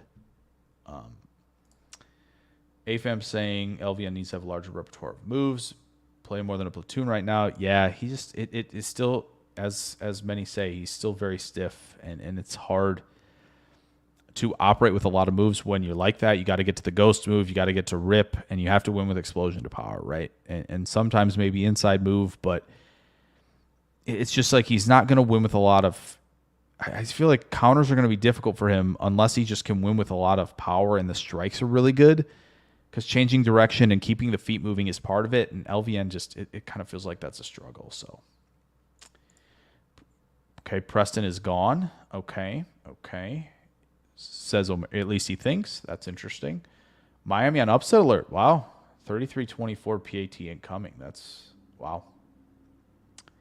It's a strange start to the game. It was like Virginia Tech looked good early. Miami had control. Then Ward threw a pick either close to or in the red zone, and it just completely flipped. So, Airjoy says, it seems like we don't have a truly polished technical pass rusher on the edge that can swiftly win dominantly. That's why I say D-end. Yeah, I mean, Kingsley's, flashes the ability as that sort of, not super twitchy, but he's got that Daniil Hunter kind of mold where it's like Chandler Jones stuff where he can kind of he looks super smooth and he's got some counters in there, but he's not like the run defender. He's not the 3-down defensive end necessarily. LVN's got the one move. He's still working through stuff. Preston's getting older, and Gary's, I still think Gary is the number one, but, willing to hear arguments otherwise. So definitely cornerback 1. Won't surprise me. Wyatt limited in practice. Hope he's in good shape. Yeah, he needs to have a big day. Stokes could stay if the deal is friendly. AFAM is scared to play Aaron Jones. Yeah, that's fair. I am too. He looks great. And again, early downs is going to define a lot of this. So Joseph says, won't surprise me if Goot goes corner, running back, O-line. If they move on from Jacobs, yeah, running back would be interesting early. But yeah, O-line, you can always use it. Never a problem. Take O-line early. But at what price is team going to have to start paying people? Got to go drafting. Yeah, it's going to be interesting when they draft their next wide receiver. Something more monitoring over here, obviously, right? So that's something. Yes, defense does need more of those guys. Aaron Jones doesn't worry Joseph, it seems. Yeah, they beat the cap. They have a young core right now, but it's Lee. I'm not putting that on there. But yeah, the core is young and cheap, but at some point you're gonna have to pay a lot of guys. So Joseph says, depending on how this season unfolds, Goot could maybe we flip Willis for a decent pick. Yeah, it's possible, but I mean, man, with Willis is playing like this, I don't know if I'd be giving up a backup QB like that. There's too many quarterbacks having to start games. Now you have a guy who can win games. I just feel like I wouldn't give that up. But we have Jacobs and got Lloyd along with Wilson flashing. Only guy we were missing is a reliable power back. I mean, I get that reliable power back, but all these guys are 220 plus. It's not like they're small, these just kind of twitchy. It's not like we're carrying a bunch of Bucky Irving, Devon Achane guys, right? They're still all 220 plus. So I get it, some level of the power back, but Lloyd has shown he can drop the pads. Jacobs has been able to shrug off contact. Wilson's a big dude who can continue to refine that part of his game. I mean, they've got a bunch of big dudes, but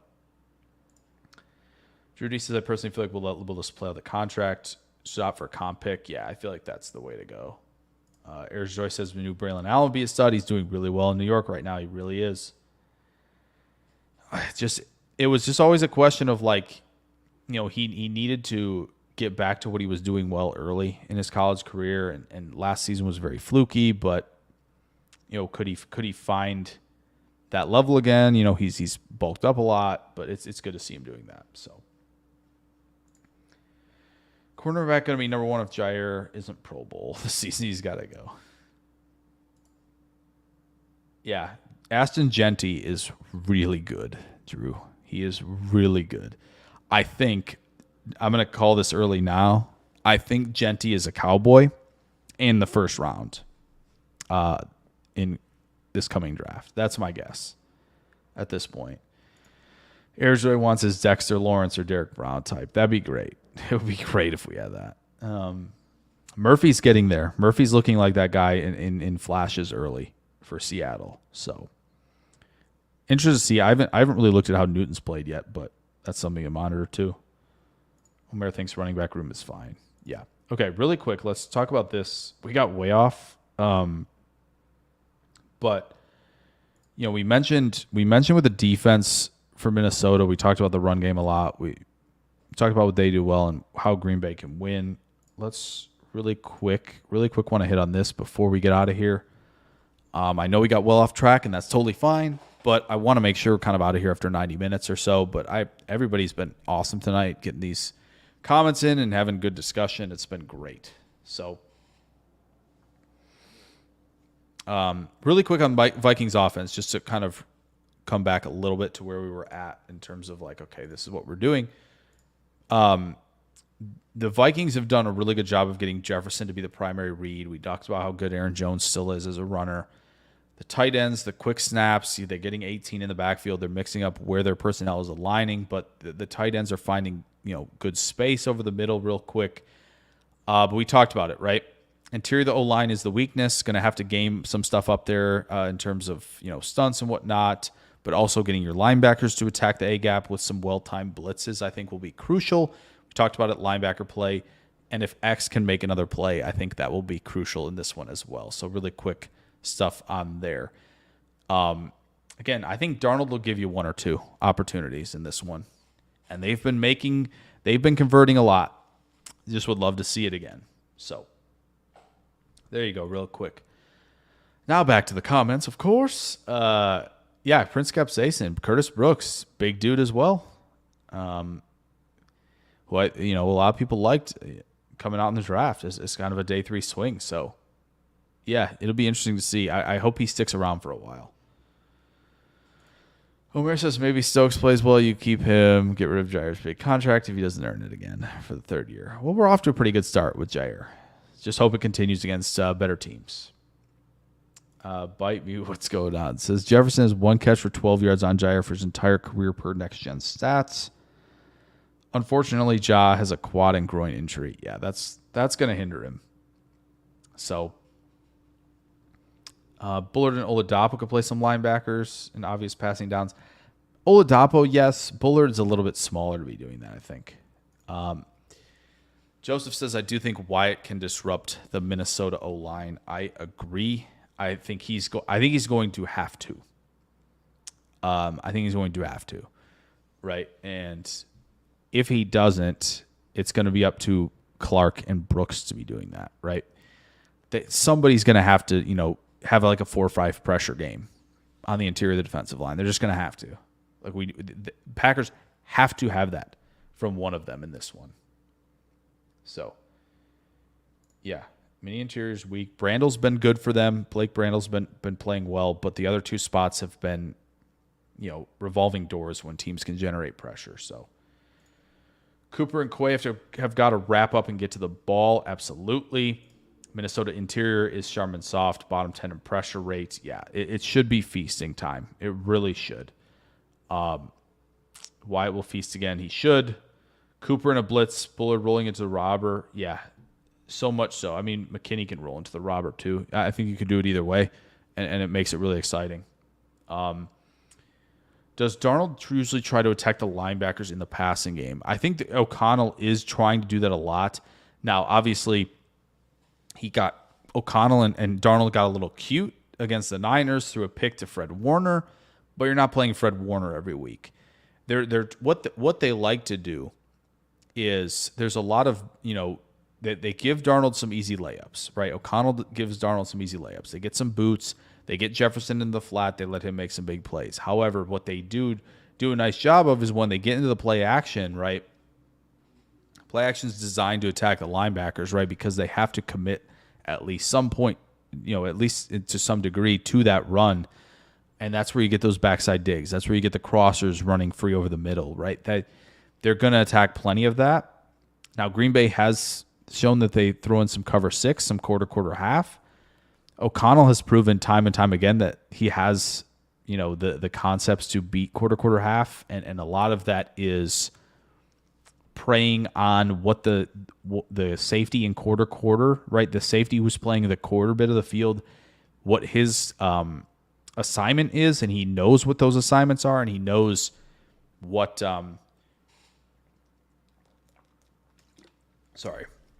he knows what the safety is going to attack via the principles of cover 6, and he'll be able to run a perfect route combination to attack that. But I do think against a lot of single high stuff, if Green Bay stays in that cover 3 a lot, you're going to see a lot of, flood concepts where it's flat on one side and the corner route attached to it. So you'll get that flat, and then you'll run the corner route as well to really put pressure on the single high safety. I think Aaron Jones could catch a lot of passes in the flat against cover 3. So, yeah, they'll attack the linebackers a decent bit, but I also think the flats and the corners are going to be a lot of where they're going to attack. And they could throw, again, Naylor's vertical presence is going to matter. His speed is going to draw a lot of attention and gravity once he gets 15, 20 yards downfield. And that's going to bring, open some things up for Jefferson, Addison if he's playing. I don't remember if he is or not, if he's listed as questionable. But it's yes, in a short answer, yeah, a lot of the play action stuff will be designed for that for sure. Under pressure, Darnold is a sub 45 completion percentage, not mobile. He is a little mobile. He is a little bit mobile. He's not as mobile as Hurts, right? He's not like that level. He's not as obviously as Kyler or anything like that, but there's enough playmaking ability for him and enough mobility where you saw it as a prospect. But I agree, when you bring, you bring consistent pressure, you bring effective pressure, asking Darnold to make extremely quick decisions post-snap is where you get him, right? If you're asking him to make that happen, that's where you get Darnold for sure. The pressure is going to be massive.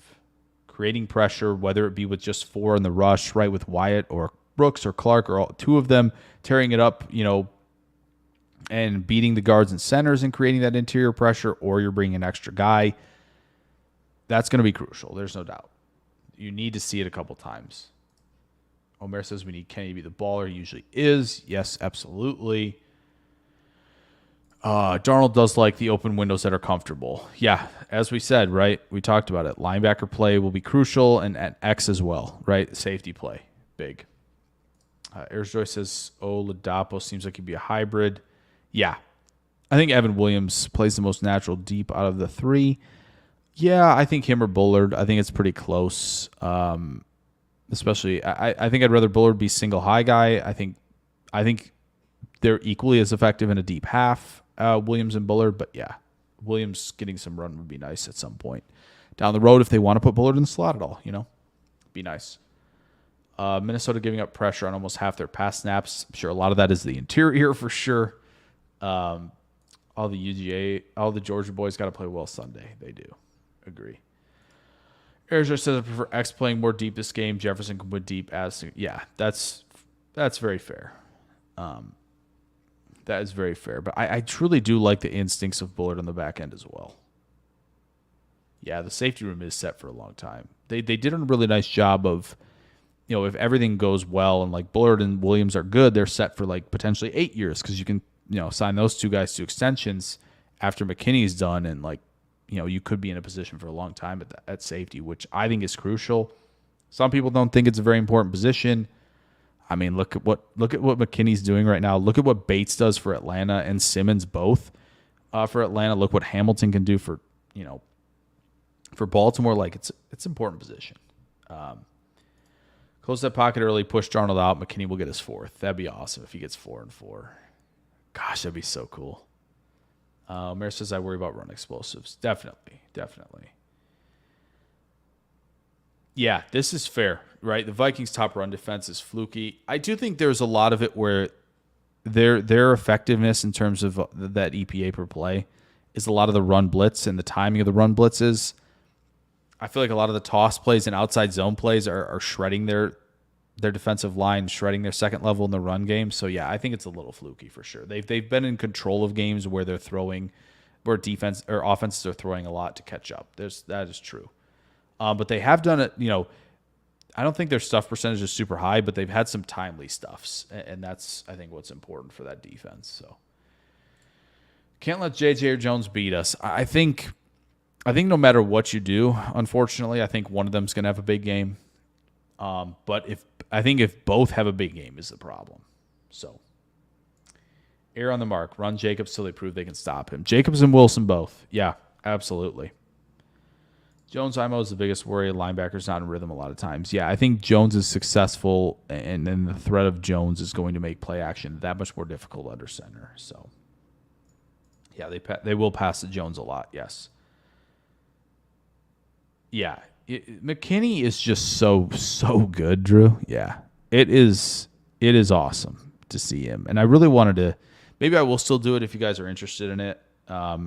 Put a little montage of like maybe 12 or 15 plays, including the interceptions. I don't know about the interception against Indy because it was just kind of an overthrow by Richardson, but maybe just a little compilation quick of how important X has been through 3 games. If that's a video you guys might be interested in, just kind of let me know right now. I could probably drop that in the morning pretty quickly. But yeah, it is incredible to watch him play. It's awesome to have a great safety in Green Bay again. I think after kind of the years, and obviously some of us, following the draft a ton will remember, right? It was kind of like, oh my gosh, can we draft like Brisker or Hill or, or Hamilton or somebody at safety? These past few years, I feel like, a lot of us have been clamoring, just draft one of these top safeties, please. And they had opportunities and they passed. And I think other than like Dax Hill has moved to corner, Scene hasn't been good, Brisker's been kind of meh. Hamilton's been great, but Green Bay didn't really have the opportunity to go get him. So it's nice that Green Bay has great safety play. It feels so freaking good. Mayor says I'd leave Bullard right by where he is beside X. Got to find depth somewhere else for the slot. Yeah, it'd be great. Slot. There are going to be some corners I think in this draft class where you go, that's a pretty good slot player. And Barron, who we mentioned earlier in this in the show, is for Texas has played a lot of good snaps in the slot. So maybe he's the guy moving forward. Maybe we'll take a quick look at him. But I know for those who are like, hey, Packers need corner. Should we take a look at corner? I'm just gonna put this out there. Okay. Will Johnson film room. We're gonna start draft film rooms even earlier than we usually do.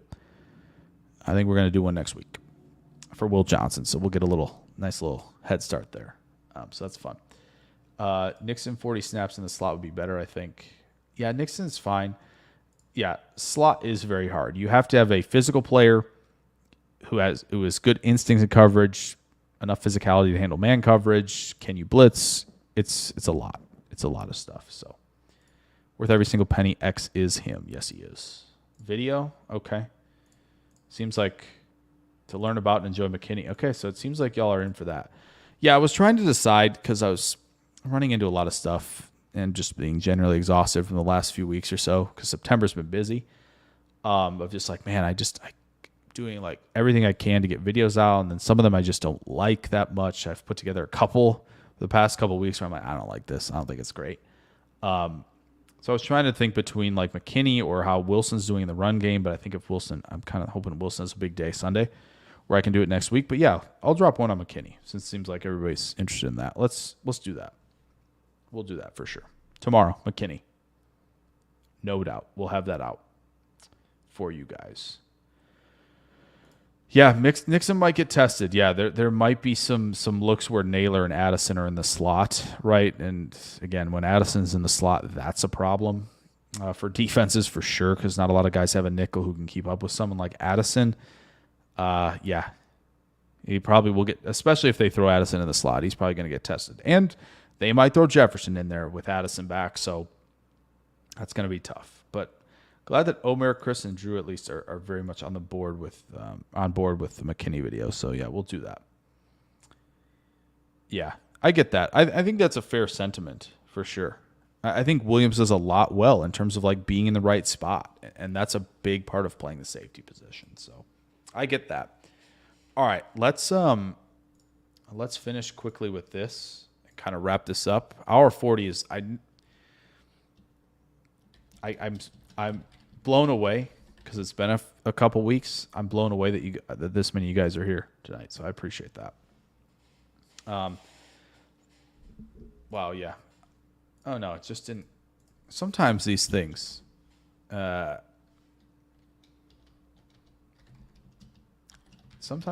don't save very well. These banners, such a struggle. Okay, let's quickly do this to wrap things up tonight. Let's drop your scores in the comments for for Sunday's game.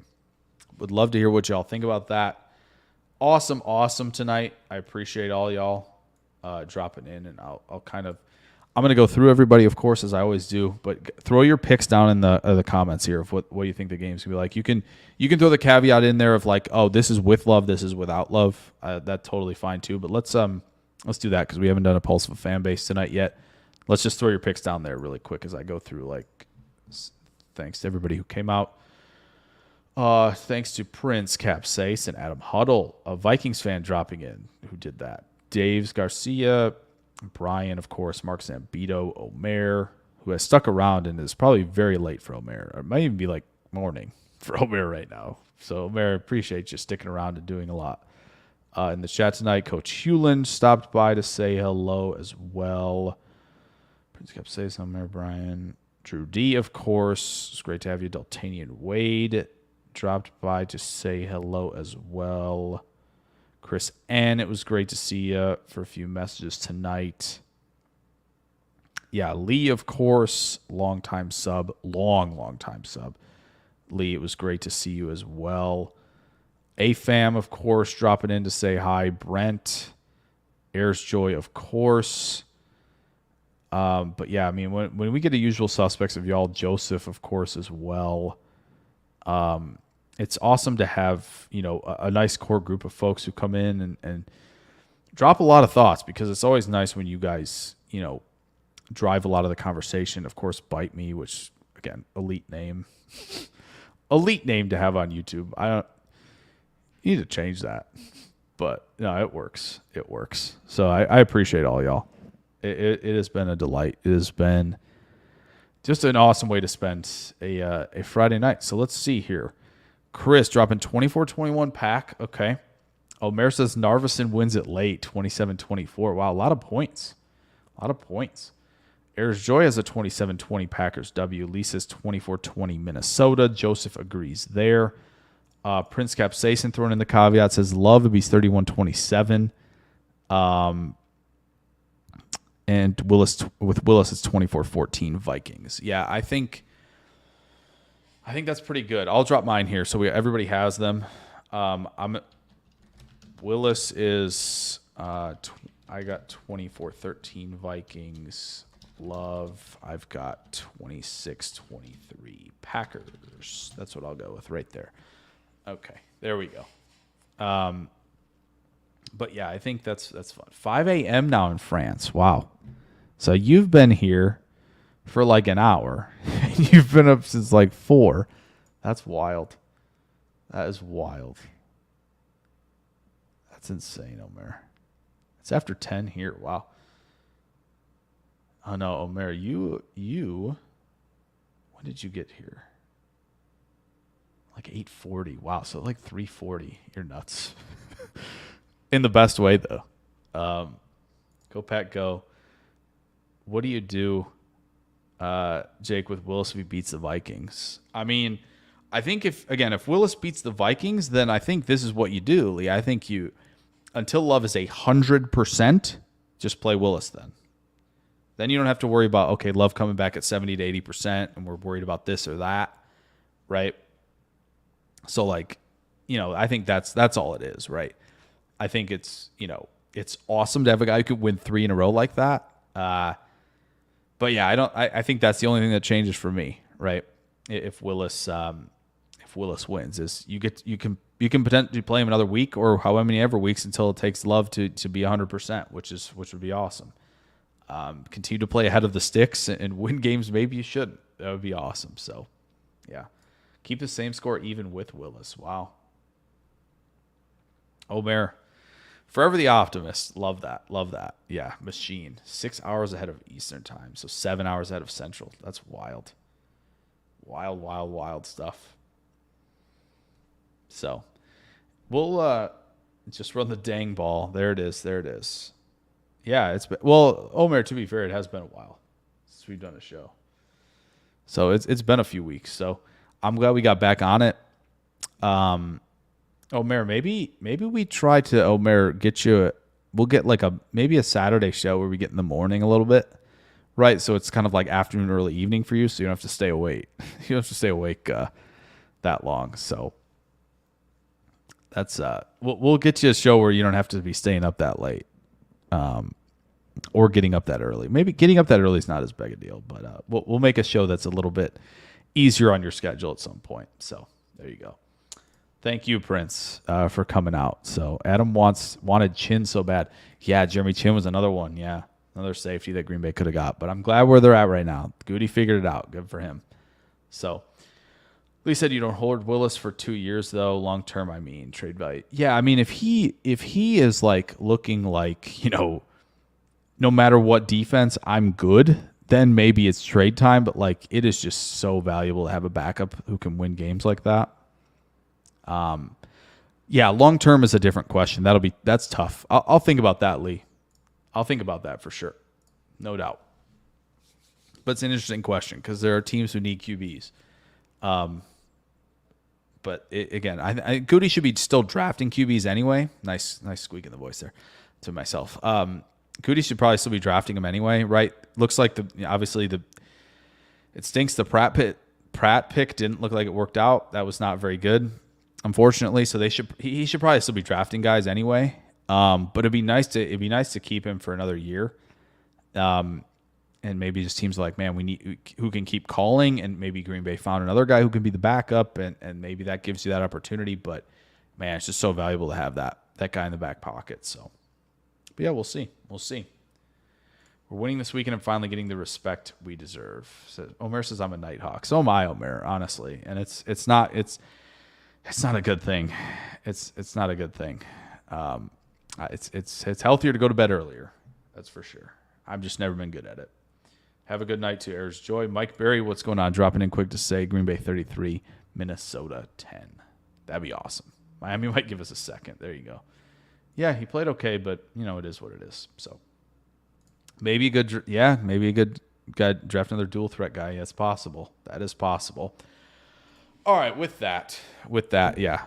Airs Joy, love a guy. Yeah, when you can score with your legs and have that opportunity, that ability, right? That kind of trump card at the end when everything's broken down, it's nice. But there you go. With that said, we'll take care, everybody. Enjoy your weekend. Enjoy the game Sunday. It's going to be a lot of fun for sure. No matter what happens, Green Bay's in the thick of things in the NFC, which is after that Jordan Love injury Friday night in Brazil, we didn't know if that was possible. So it's great to be in this position. So anything can happen in the next 5 months or so. So with that being said, go Pack Go. I will see you guys hopefully in the comments of a video tomorrow. Remember Xavier McKinney? I told you guys we'll do that, so we'll do that. And catch you guys in the comments. Catch you guys next shows. Yeah, cheers everybody. Have a good safe weekend. You too, Lee, for sure. Go Pack Go, everybody.